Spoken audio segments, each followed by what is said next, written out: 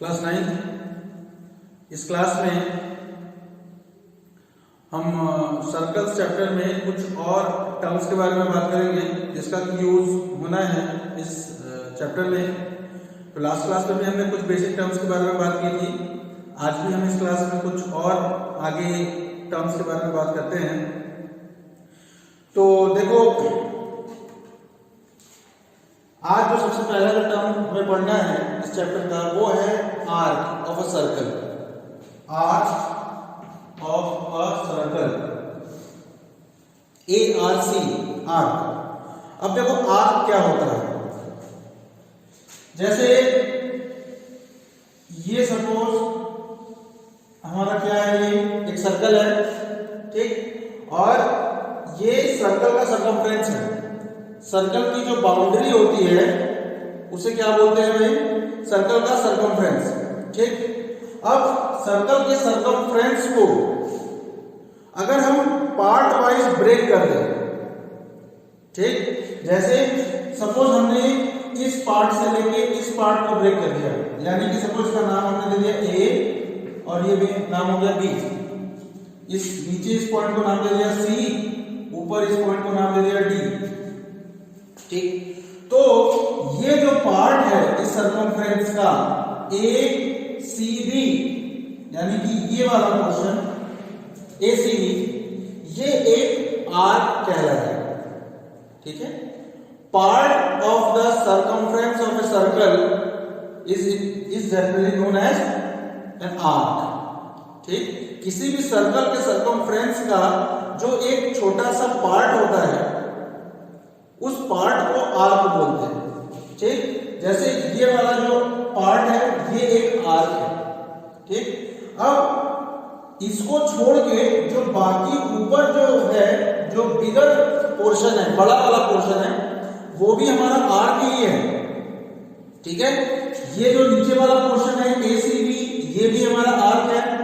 ये जो ADB है, बिगर पोर्शन है, बड़ा वाला पोर्शन है, वो भी हमारा क्या है? आर्क ही है, ADB, ठीक।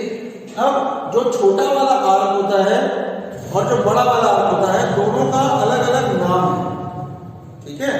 जैसे जो छोटा वाला आर्क है उसे बोलते हैं माइनर आर्क, और जो बड़ा वाला आर्क है उसे बोलते हैं मेजर आर्क। यानी कि ये जो ACB है ये छोटा दिख रहा है, तो इसको बोलेंगे हम माइनर आर्क, माइनर आर्क, ठीक है। और ये जो ADB है बड़ा वाला, उसे बोलेंगे मेजर आर्क,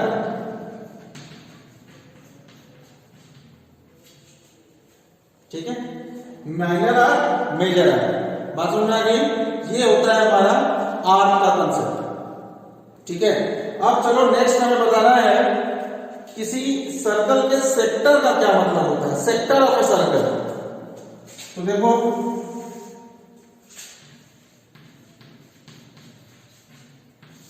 सेक्टर, तो देखो सेक्टर के लिए भी हम क्या करेंगे, एक सर्कल ड्रॉ करें, ठीक। ये सब सर्कल का सेंटर हो गया। अब सेंटर से हम दो रेडियस ड्रॉ करेंगे। सेंटर से हम क्या करेंगे? दो रेडियस ड्रॉ करेंगे।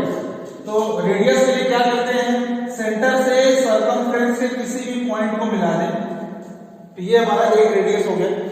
इसी तरह सेंटर से एक और हम रेडियस बना दें, सपोज ये हमारा एक दूसरा रेडियस हो गया, ठीक। तो इन दो रेडियस और उसके करस्पॉन्डिंग ये जो आर्क है यहां से लेके यहां तक, इसके बीच में जो ये एरिया हमारा बन रहा है, एनक्लोज्ड एरिया जो बन रहा है, यानी कि ये वाला पोर्शन, ये वाला जो पोर्शन है इसको हम सेक्टर कहते हैं। बात समझ में आ रही है? इस पोर्शन को क्या कहते हैं भाई? हम सेक्टर कहते हैं। यानी कि सेक्टर वो एरिया है जो कि किससे मिलके बना है? उस सर्कल के दो रेडियस और उसके करस्पॉन्डिंग आर्क से बना हुआ जो एनक्लोज्ड एरिया होता है, वो उसे ही हम सेक्टर बोलते हैं, ठीक है। अब जैसे हमने आर्क में बात किया था कि माइनर आर्क और मेजर आर्क, यानी कि जो छोटा पार्ट था सर्कल का उसे हम माइनर आर्क बोलते थे, और जो बड़ा पार्ट होता है उसे मेजर आर्क बोलते हैं। तो सेम चीज यहाँ पे भी अप्लाई होती है कि जो ये पोर्शन जिसको हमने शेड किया है ये तो सेक्टर है ही, लेकिन जो ऊपर बाकी जो बचा हुआ है उसको जिसको हमने शेड नहीं किया है वो भी हमारा एक सेक्टर ही कहलाएगा। ठीक है, तो जो ये छोटा वाला सेक्टर दिख रहा है उसे हम बोलेंगे क्या, माइनर सेक्टर। उसे क्या बोलेंगे भाई, माइनर सेक्टर। और जो ये बड़ा वाला है ऊपर वाला पोर्शन उसको हम बोलेंगे major sector. Clear, minor sector और मेजर सेक्टर। ठीक है, और एक और चीज हम बता दें, जो ये माइनर सेक्टर है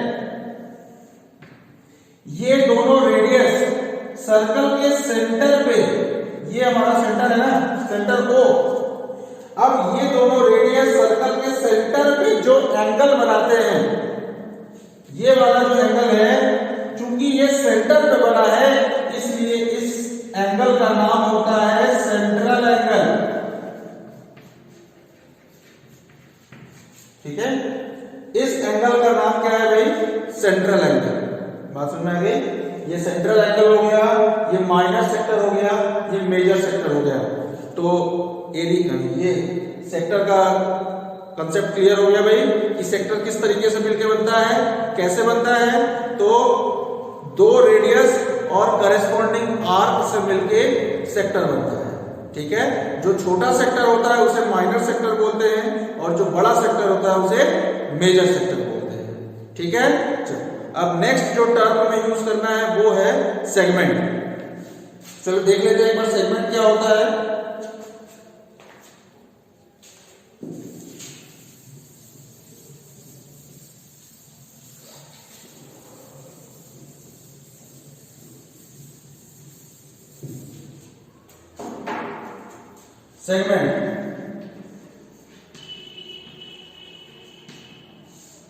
सेगमेंट तो सेगमेंट के लिए एक सर्कल बनाएंगे।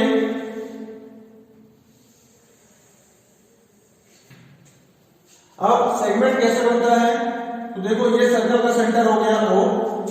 अब सर्कल के सेगमेंट के लिए भी हमें दो रेडियस की जरूरत है। जैसे सेक्टर के लिए भी दो रेडियस चाहिए था, तो सेगमेंट के लिए भी दो रेडियस की जरूरत है। तो जैसे हमने सपोज ये एक रेडियस ड्रॉ कर दिया, फिर ये एक दूसरा रेडियस ड्रॉ कर दिया। ठीक, अब सेगमेंट कैसे मिलेगा, तो देखो ये जो दो पॉइंट्स हैं इन दोनों पॉइंट्स को ज्वाइन कर दो। ठीक, अब जैसे हम ये दोनों पॉइंट्स को ज्वाइन कर देंगे तो देखो ये एक कॉर्ड बन जाएगा। ये जो लाइन हमने ड्रॉ किया है ये सर्कल के लिए क्या है, एक कॉर्ड है। ठीक है ना, अब किसी भी कॉर्ड और करस्पॉन्डिंग आर्क, कॉर्ड और करस्पॉन्डिंग आर्क के बीच का जो एनक्लोज्ड एरिया होता है, किसी कॉर्ड और करस्पॉन्डिंग आर्क के बीच का जो एरिया होता है उसे ही हम क्या कहते हैं भाई, सेगमेंट कहते हैं। ठीक है,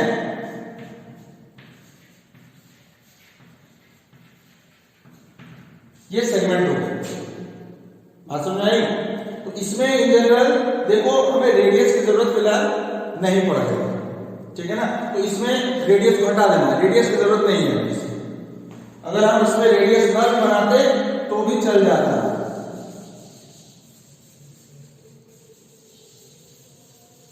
ठीक, ये हमारा सेगमेंट हो गया। अब इसमें भी सेक्टर और आर्क की तरह माइनर सेगमेंट और मेजर सेगमेंट होता है। अब माइनर सेगमेंट किसे कहते हैं, जो छोटा सेगमेंट हो उसे माइनर सेगमेंट बोलेंगे और जो बड़ा होता है बड़ा सेगमेंट उसे मेजर सेगमेंट बोलेंगे। तो देखो ये जो कॉर्ड और करस्पॉन्डिंग आर्क के बीच का जो एरिया है वो सेगमेंट हुआ। अब ये तो साफ साफ दिख रहा है कि ये छोटा है और इसके अलावा जो ऊपर वाला पोर्शन है ये तो बड़ा है। ठीक है, तो ये जो है छोटा वाला पोर्शन इसको हम बोलेंगे माइनर सेगमेंट, माइनर सेगमेंट, और ये जो ऊपर वाला पोर्शन है बिगर पोर्शन है उसे इसे हम बोलेंगे मेजर सेल।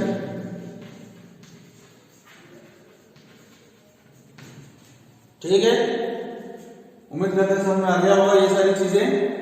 अब इसके बाद हम जो फर्स्ट एक्सरसाइज है उसको भी आज ही कंप्लीट कर लेते हैं। ठीक है, तो चलो स्टार्ट करते हैं एक्सरसाइज फर्स्ट।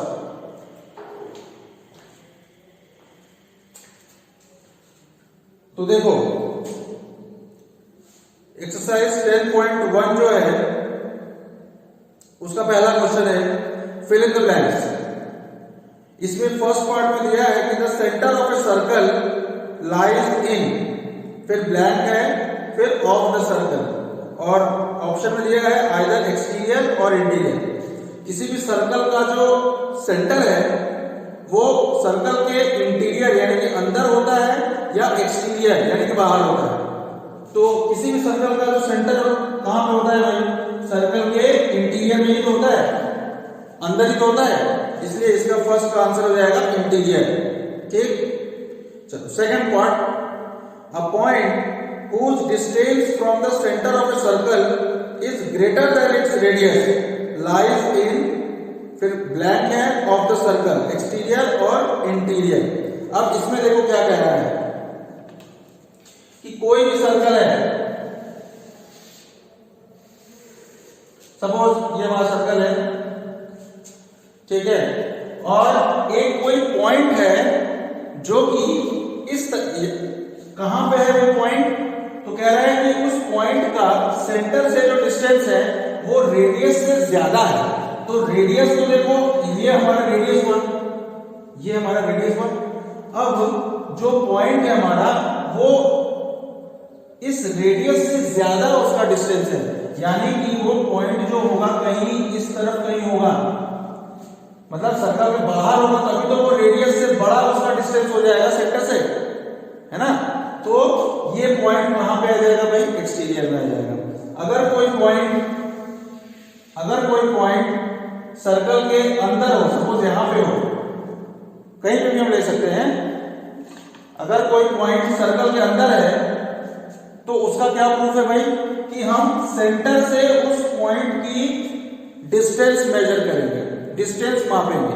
अगर सेंटर से उस पॉइंट की जो डिस्टेंस है वो अगर उस सर्कल के रेडियस से कम है तो फिर वो पॉइंट सर्कल के इंटीरियर में होगा, अंदर होगा। ठीक, और अगर वो पॉइंट सर्कल के रेडियस से ज्यादा है, सेंटर से उस पॉइंट का डिस्टेंस, तो फिर वो पॉइंट सर्कल के आउटसाइड होगा यानी कि एक्सटीरियर में होगा।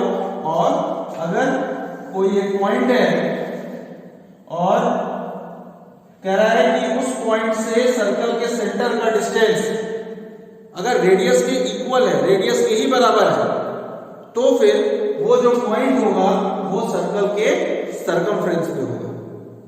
ठीक है, ये तीन चीजें हैं, position of a point with respect to a circle, interior, exterior और on the circumference of the circle. तो ये डिपेंड करता है रेडियस से उस पॉइंट के डिस्टेंस पे, मतलब सेंटर और उस पॉइंट के बीच का distance.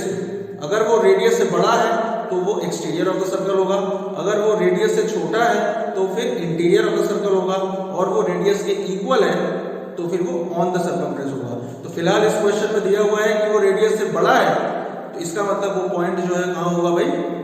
Exterior of the circle होगा। ठीक है, चलो आगे। Third, the longest chord of circle is अ, फिर ब्लैंक ऑफ द सर्कल। तो हमने बताया होगा लास्ट क्लास में कि किसी भी सर्कल का जो लॉन्गेस्ट कॉर्ड होता है वो उसका डायमीटर होता है।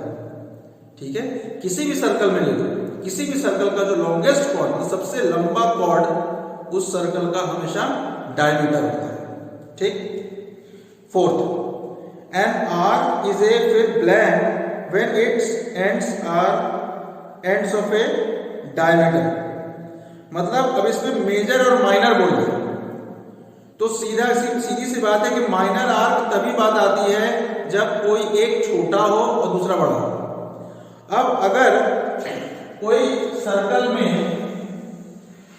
ऐसा आर्क है कि आर्क का जो दोनों पॉइंट है वो डायमीटर के एंड पॉइंट है, इसका मतलब ऊपर वाला भी वही होगा, नीचे वाला भी उतना ही होगा।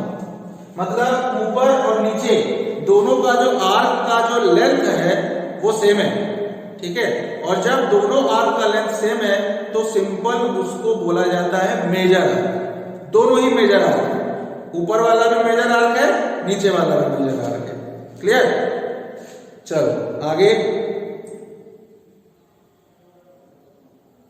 फिफ्थ पार्ट है कि सेगमेंट ऑफ ए सर्कल। किसी सर्कल का जो सेगमेंट है is the region between an arc and blank of the circle. तो सेगमेंट कैसे बनता है भाई? हमने बताया था कि सेगमेंट जो है एक आर्क और करस्पॉन्डिंग कॉर्ड के बीच में बनता है, या फिर एक कॉर्ड और करस्पॉन्डिंग आर्क के बीच में सेगमेंट बनता है। तो यहाँ पे क्या लिखा है? Region between an arc, arc तो दिया हुआ है, तो जो फिर जो ब्लैंक लगा हुआ है उसमें क्या भरा जाएगा भाई? बोलो, आर्क तो दिया ही है, उसमें क्या भरेंगे? कॉर्ड भरेंगे, सिंपल, ठीक है। चलो next. A circle divides the plane on which it lies in blank parts. मतलब कितने पार्ट्स में एक सर्कल प्लेन को डिवाइड करता है, ठीक है। तो 3 पार्ट्स में डिवाइड करता है, interior, exterior and on the circle. चलो क्वेश्चन नंबर 2 है, राइट ट्रू और फॉल्स, सही और गलत बताना है। Give reasons for your answers. अपने आंसर के लिए रीजन बताना है, क्यों ऐसा है, क्यों ट्रू है, क्यों फॉल्स है, ठीक है। तो फर्स्ट वर्ड कि line segment joining the centre to any point on the circle is the radius of the circle. किसी भी सर्कल के सेंटर को अगर हम ज्वाइन करें किसी भी सर्कल के सर्कमफ्रेंस से किसी पॉइंट पर, तो वो डिस्टेंस क्या होता है? रेडियस ही तो होती है भाई, क्योंकि रेडियस की डेफिनेशन ही है कि सेंटर से सर्कमफ्रेंस के किसी भी पॉइंट को अगर हम ज्वाइन करें तो जो डिस्टेंस होती है वही हमारा रेडियस होता है। क्लियर? तो ये समझ में आ गया कि ये स्टेटमेंट ट्रू है। चलो next. A circle has only finite number of equal chords. किसी सर्कल में फाइनाइट नंबर मतलब उतने ही हैं जिनको हम काउंट कर सकते हैं, काउंटेबल, ठीक है। कुछ निश्चित इक्वल कॉर्ड्स है। इक्वल कॉर्ड्स का मतलब ऐसे कॉर्ड्स जिनकी लेंथ इक्वल हो। तो देखो भाई ये स्टेटमेंट रॉन्ग है, ये गलत है, क्योंकि किसी भी सर्कल में infinite number of equal chords are possible, ठीक है। Infinite number of equal chords are possible, finite नहीं होगा, यहाँ पे इनफाइनाइट होगा, तो ये फॉल्स हो गया। Third, if a circle is divided into 3 equal parts, each is a major arc. अगर किसी सर्कल को 3 इक्वल पार्ट में डिवाइड किया जाए, जैसे अभी ये क्वेश्चन था, इसमें 2 इक्वल पार्ट था, तो हमने बताया कि दोनों जो है मेजर आर्क कहे जाएंगे। तो इसी तरह अगर किसी सर्कल को 3 इक्वल पार्ट में डिवाइड कर दिया जाए, 3 इक्वल आर्क में डिवाइड कर दिया जाए, तो तीनों आर्क हमारे क्या कहलाएंगे? मेजर आर्क कहलाएंगे। इसलिए ये स्टेटमेंट भी हमारा ट्रू स्टेटमेंट है, सही है। Next, a cord of a circle which is twice as long as its radius is a diameter of the circle। मतलब कि किसी भी सर्कल का वो कॉर्ड जिसकी लंबाई उस सर्कल के रेडियस का 2 टाइम्स हो, यानी कि डबल अगर हो जाए, तो उस कॉर्ड को हम डायमीटर कहते हैं। तो क्या ये स्टेटमेंट सही है? तो देखो भाई ये स्टेटमेंट सही है। क्लियर? क्योंकि सही में किसी भी रेडियस का अगर हम डबल कर देते हैं तो वो डायमीटर ही होता है। तो कोई भी हम कॉर्ड ले लें और अगर उस कॉर्ड की लंबाई, length of that chord is equal to 2 times the radius of that circle, then that chord is said to be a diameter of that circle, ठीक है। तो ये स्टेटमेंट ट्रू है। Next, sector is the region between the chord and its corresponding arc. Sector जो है वो किस तरीके से बनता है? Between the region between the chord and the corresponding arc. क्या सेक्टर एक कॉर्ड और आर्क के बीच के रीजन को कहते हैं? तो ऐसा नहीं है, ये फॉल्स है। क्यों? क्योंकि हमें पता है कि सेक्टर कैसे बनता है भाई, 2 रेडियस और करस्पॉन्डिंग आर्क के बीच का जो रीजन होता है उसे सेक्टर बोलते हैं। जबकि ये जो इसमें दिया हुआ है, इसमें क्या दिया हुआ है कि कॉर्ड और आर्क के बीच का रीजन। तो कॉर्ड और आर्क के बीच का रीजन तो हमने अभी बताया क्या होता है भाई, सेगमेंट होता है। तो इसका मतलब ये स्टेटमेंट फॉल्स है। और सिक्स्थ है circle is a plane figure, तो ठीक है, ये 2 डायमेंशनल फिगर होता है, circle X axis Y axis में ये लाई करता है, तो ये एक प्लेन फिगर ही है, ये एक ट्रू स्टेटमेंट है। बात समझ में आ गई? तो इस तरीके से देखो एक्सरसाइज 10.1 में सिर्फ फिल इन द ब्लैंक्स था और ट्रू और फॉल्स था जो हमने बता दिया। अब इसके बाद एक्चुअल ये चैप्टर में थ्योरम्स स्टार्ट होंगे, ठीक है, और फिर कुछ एक थ्योरम्स के बाद फिर एक्सरसाइजेस आते जाएंगे और उन एक्सरसाइजेस को हमें सॉल्व करना है, उन थ्योरम्स का यूज करना है हम उन क्वेश्चंस में, ठीक है। तो ये सारी चीजें हम नेक्स्ट क्लास से स्टार्ट करेंगे। थ्योरम जो फर्स्ट है वो हम नेक्स्ट क्लास में स्टार्ट करेंगे, ठीक है। तो उम्मीद करते हैं जितना हमने आज बताया होगा वो आपको सबको समझ में आ गया होगा। अब नेक्स्ट क्लास में हम आगे ऑनवर्ड्स कंटिन्यू करेंगे, ठीक है। ऑफ करते हैं।